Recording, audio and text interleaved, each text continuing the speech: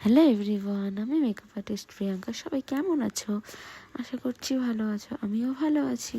আবারও আমার নতুন একটা ভিডিওতে তোমাদের সবাইকে অনেক অনেক অনেক ভালোবাসা। আজ আমরা 3 বান্ধবী মিলে চলে গেছিলাম বিউটি এক্সপোতে। কি করে গেলাম, কিভাবে গেলাম, সবটাই আজ শেয়ার করবো তোমাদের সাথে আমি এই ভিডিওতে। 3জনে এক জায়গায় গেলে কি হবে, কিন্তু 3জনের বাড়িটা কিন্তু আলাদা আলাদা ছিল। তার জন্য আমরা 3জনে এয়ারপোর্টে দেখা করে ওখান থেকে আমরা একটা ক্যাব বুক করি।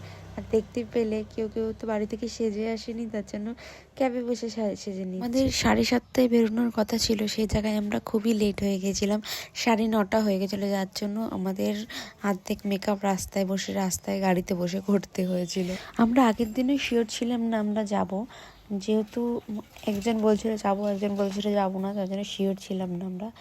পরের দিন সকালবেলা আমরা কনফার্ম হই যে আমরা যাচ্ছি। দেখো, দেখতে দেখতে আমরা চলেই এলাম প্রায়।